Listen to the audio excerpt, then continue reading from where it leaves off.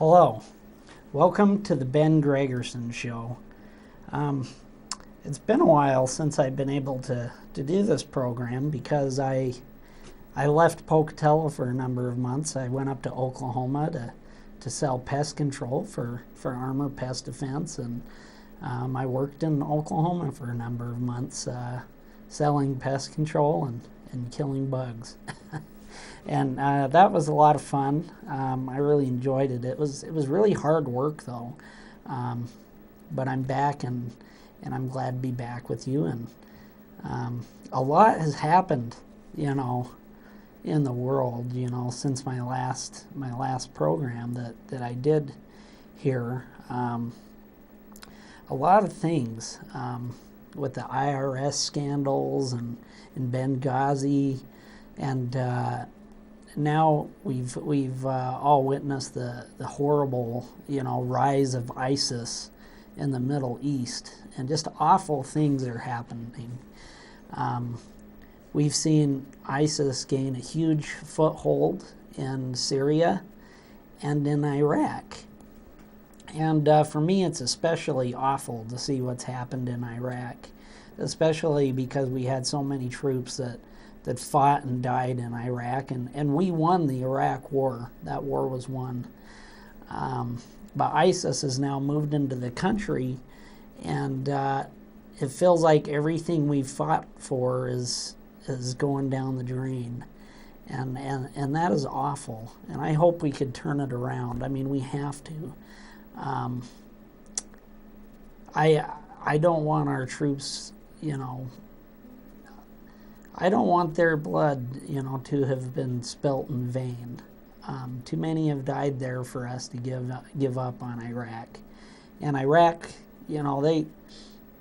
they are a democracy in the Middle East now.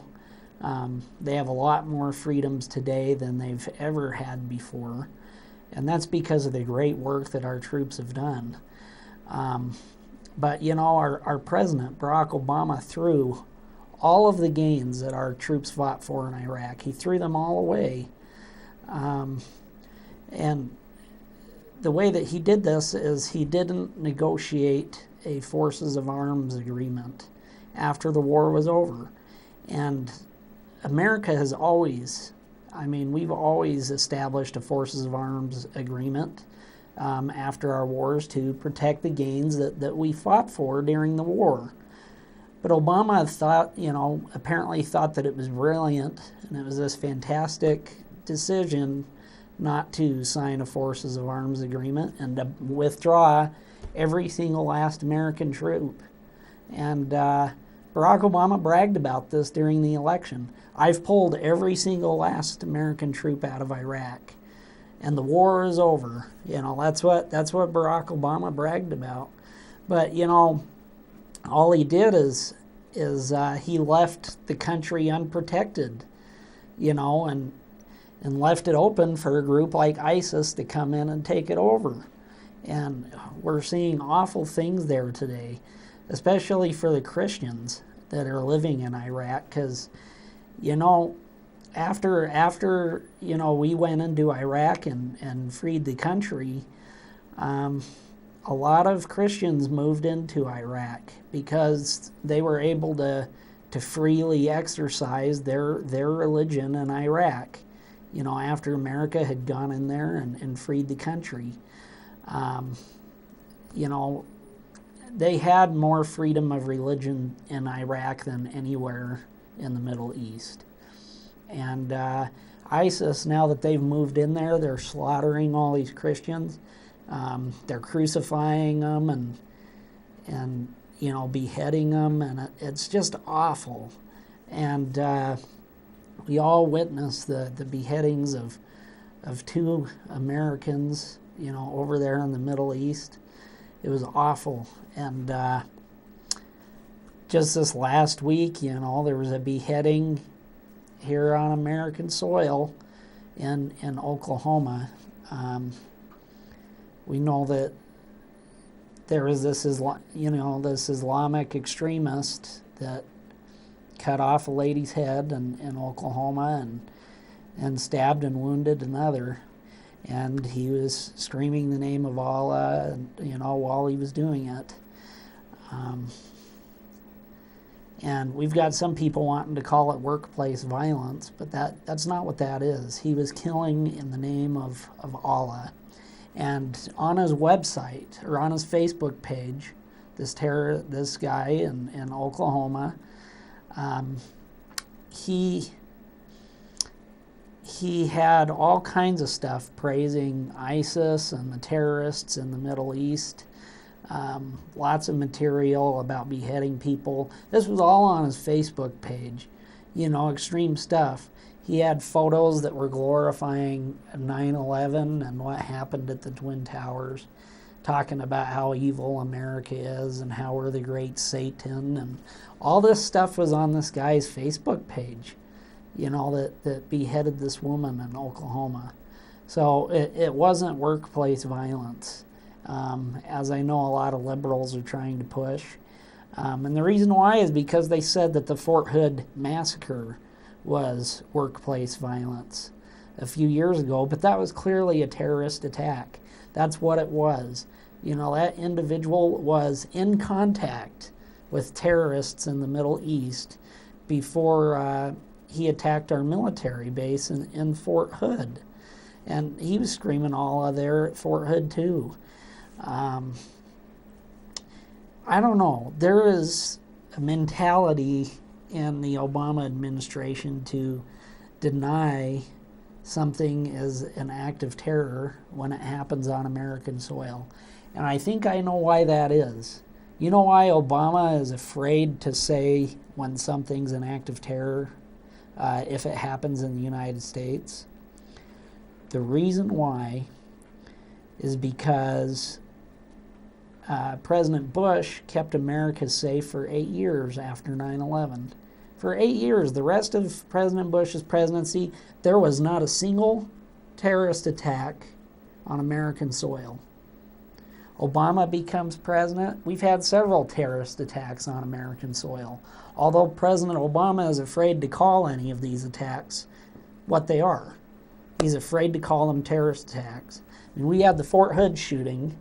He didn't want to call that a terrorist attack. We had the Boston bombings.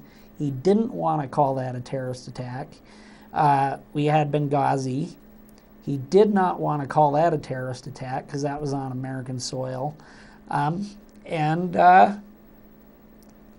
we had this incident earlier this week with the beheading of an American, just right there in Oklahoma, pretty close to where I was selling pest control, just a week ago, so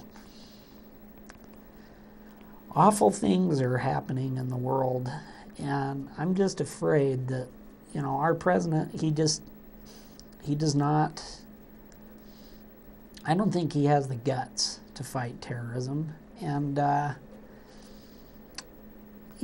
it's kind of hard to fight our enemy when you don't know who our enemy is. I mean, our president is afraid to define our enemies by what they are. Just look at it. In Benghazi, instead of blaming that on terrorism or calling those people terrorists in Benghazi, what did the president do? He blamed it on protesters that were angry about a YouTube video that didn't exist. The YouTube video didn't exist. But how are we going to fight our enemy if we can't acknowledge who they are? You can't defeat an enemy that you don't understand and that you don't know. And I feel like we've got a president that doesn't want to know who our enemy is. He defines them by everything but what they are. Workplace violence, angry protesters, spontaneous demonstration at Benghazi, all this stuff. We've got to define our enemy if we want to defeat them. And we have to defeat them because these terrorists, they are coming for us. Believe it or not, they are coming for us, and if we ignore them, they're going to come knocking on our door one day with a gun pointed at our heads. That's That's just the truth. You know, they've already threatened to come after us, and they're going to be coming. And we need to stop another 9/11 before it happens. A lot of depressing stuff. Now, there's been a lot of talk about how exactly the rise of ISIS happened. How did this ISIS group become what it is today? This huge, serious threat that, I mean, they've surpassed Al-Qaeda now. It's bad. But how did they come into being? You know, where did the rise of ISIS come from?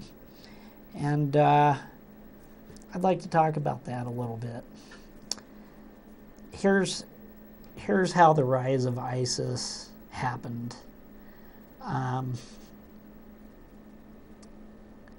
Basically, in 2009, Barack Obama closed an American detention center in Iraq. We had terrorists that were held prisoner there in Iraq, you know, some of the worst of the worst. It was a place known as Camp Bucca.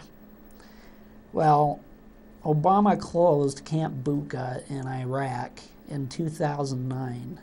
And when this happened, a man named al-Baghdadi was released from Camp Bucca, and so were a whole bunch of other terrorists.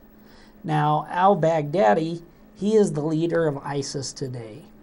In fact, after he was released from Camp Bucca, he went and reorganized his troops and pretty much restarted ISIS. You know, he got it going again, and he's the leader now. The original leader was al-Zarqawi, who was in Iraq. But we killed Zarqawi in 2006, and ISIS was defeated. They were defeated in 2007. You know, many of the people that were part of Zarqawi's ISIS were killed, they were bombed, or they were locked up in Camp Bucca. And al-Baghdadi, he was a member of Zarqawi's ISIS in Iraq, and that's why we had him locked up in Camp Bucca. But like I said, Obama closed down Camp Bucca, which brought about the release of al-Baghdadi and his terrorist comrades. Those guys, they went out, they reorganized, and they started ISIS again. And then we had all this crazy stuff happening in Syria. Obviously, that was just a breeding ground for terrorism. And, you know, we had the Syrian rebels over there, you know, back in 2010. And at this time, the rebels had not joined forces with the terrorists yet. And people were telling our president that he needed to get involved and help these rebels out. And Obama kind of sat on it, you know, thinking, oh, I don't want to get involved in another conflict in the Middle East. So he sat on his hands and didn't do anything about it. Well, what happened is the Syrian rebels then turned to extremists for help because the United States was leading from behind. That's what President Obama believes in, is leading from behind. His own administration said it. And you know what happens when America does not lead? Our enemies fill in that void left open when America doesn't lead. So the thing is, if we don't lead, we're basically leaving open this big empty void in the world. And who's going to fill it? Somebody's got to fill that void when America doesn't lead. And the people that are going to fill it is our enemies. They are people that do not have the interests of the United States at heart. So what happened is that ISIS and terrorist, extremists, they filled in this void in Syria. So a lot of these rebels, they went to Al-Qaeda, they went to ISIS, they went to Ansar al-Sharia and all these terrorist groups for help, for support. And the reason why is because the United States didn't give them any. The terrorists filled in that void. Now, our dumb president decided, hey, you know what? I'm going to help the Syrian rebels. I'm going to send them weapons now. The problem is by this point, the rebels, a lot of them, had already joined forces with ISIS and joined forces with Al-Qaeda. Obama was sending them arms and weaponry after they had joined forces with the bad guys. Horrible idea. See, this is what happens when you sit on an opportunity, you wait, that opportunity gets squandered, it gets ruined. In this situation, the terrorists filled in the void and took it from us. So we were arming extremists. We armed these extremists. We armed ISIS in Syria. When we were given these weapons to the Syrian rebels, these weapons were falling into enemy hands. And we were essentially arming ISIS and other terrorist groups. The Benghazi attack. Our consulate was attacked with our own weapons in Benghazi. Even today, we're fighting ISIS today. We're fighting against our own weapons in the Middle East because Obama armed these terrorists, because he decided to help the Syrian rebels out after they had joined forces with crazy people. I mean, that's the truth. I mean, arming the Syrian rebels may have been a good idea back in, 2010, before they had joined forces with the enemy. But now they've joined forces with the enemy, so it's an incredibly stupid idea to be arming them today. And believe it or not, we're sending ISIS more weaponry in the Middle East. We passed, a bill went through Congress, that was voted on and approved, and we're basically going to be sending more arms to the Syrian rebels. And I guarantee you that those arms are going to fall into the hands of terrorists, just like they have in the past. I mean, the rise of ISIS was a creation of 2013. That's what it was. In 2013, Baghdadi reorganized his terrorist organization after Obama had released him from Camp Bucca. And in 2013, that is when the president was arming and training ISIS, because they were among these Syrian rebels, and even today they're among the rebels. It's a disturbing situation. I don't know exactly what we're going to do about it. Personally, I think we just need to bomb them. We need to bomb them, shoot them in the head. Anybody with ISIS, let's bomb their terrorist camps. Let's bomb their headquarters. Let's take out their leaders. We have drones. Those drones are so fast. I truly believe we could take out a lot of, ISIS's leaders just with our drone program. Let's drone them. Let's send armed drones in there after those guys. Shoot them. We've got to get rid of them. But I think above all, the most important thing here is we need to get these guys out of Iraq.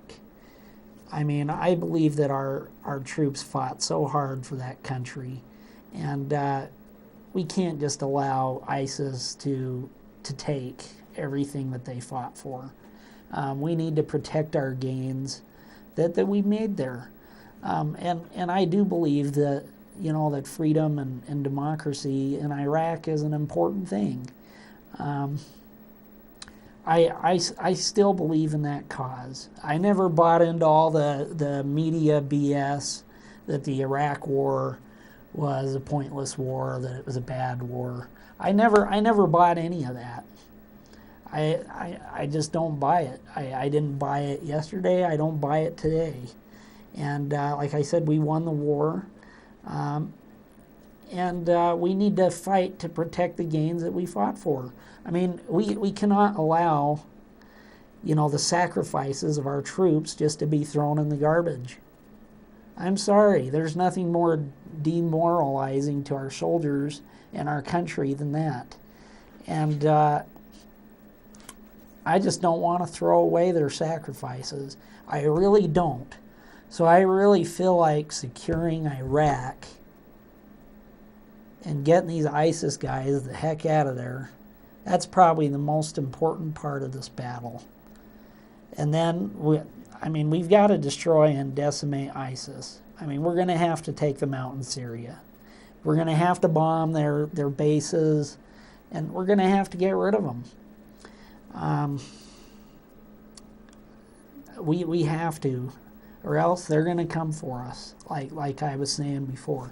But I'm gonna put up the phone lines here, so we could get some phone calls in here. All right.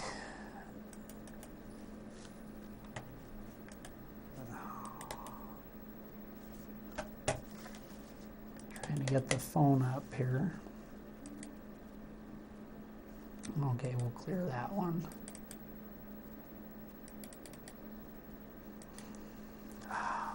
I think I had it there for a second.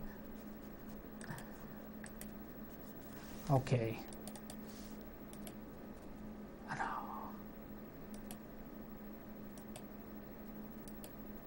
There we go. All right, there's our phone lines. Please call in if you have any thoughts and things you would like to share on this issue or on other issues. We've got elections coming up in November. Those are very important. Please go out and vote.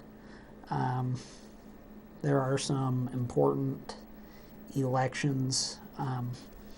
Laurence Denny, he's a man that I strongly support for Secretary of State, and I encourage all of you to go out there and vote for Laurence Denny, because he is a good man. He'll make a great Secretary of State, and really I feel like he's the kind of man we need in Boise. I feel like we need more people like Laurence Denny in Boise. We really do. And then we've got some local, more local, Bannock County elections, that I think are important. I don't think it's a secret that I'm not a Democrat and I don't care much for Democrats. So there's some people I think we need to get rid of. We need to send them packing. We don't need them in Boise anymore. We don't need Roy Lacey in Boise anymore. We don't need, I'm trying to remember her name. I'm having a brain fart. Elaine Smith? I think that's what it is. I might be getting her name wrong. I think it's Elaine Smith. We don't need Roy Lacey and Elaine Smith. And I think we have another Democratic senator or congressman up there in the state Boise legislature. We've got to get rid of those people. They've been in Boise for way too long. I just feel like we've got to send them out, packing. We don't need them there anymore. They have not represented Bannock County well. I saw this Roy Lacey sign, you know, when I was driving down the street today.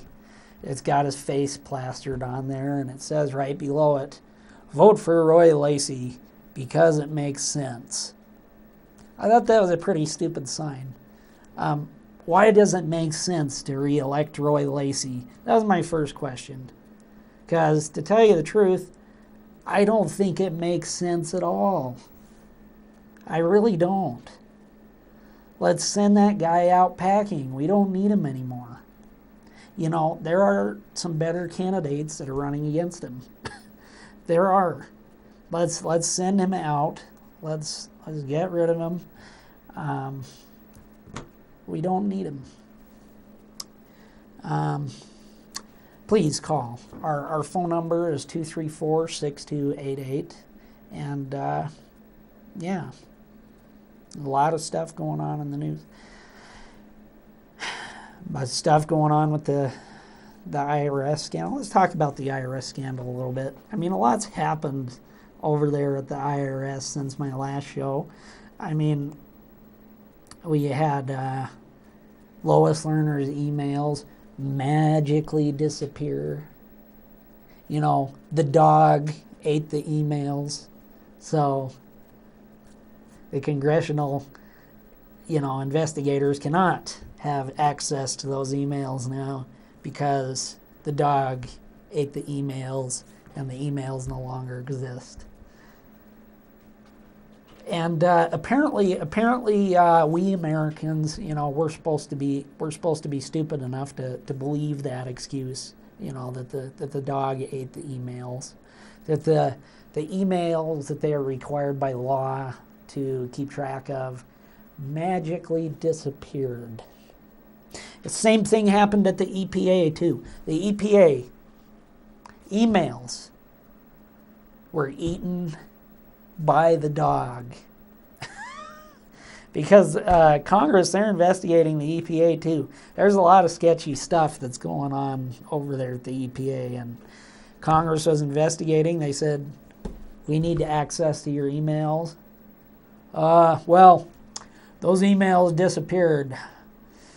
We no longer have them. They're no longer in existence. The dog ate our emails here at the EPA. It's a terrible situation.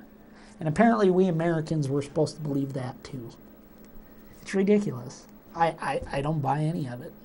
I do not buy any of it. I mean, it's sickening. It's sickening the way that all the corruption we're seeing in the government today, and the way that they cover it up. I mean, these are cover-ups that we are witnessing. It is as obvious as day and night. And yet, the media, they're failing to report on it. It's because they're a bunch of liberals. I'm sorry, but the media, it's mostly a bunch of left-wingers. And sadly, they will do just about anything to cover for Obama. They will cover up any scandal, any kind of wrongdoing that President Obama does.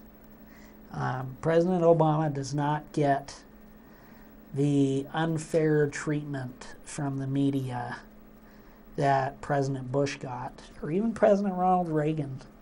President Ronald Reagan got a lot of crap from the media. So did George Herbert Walker Bush. It seems like Republican presidents get a lot of bull crap from the media. The media is obviously biased against conservatives. It's obviously biased against any Republican that's out there.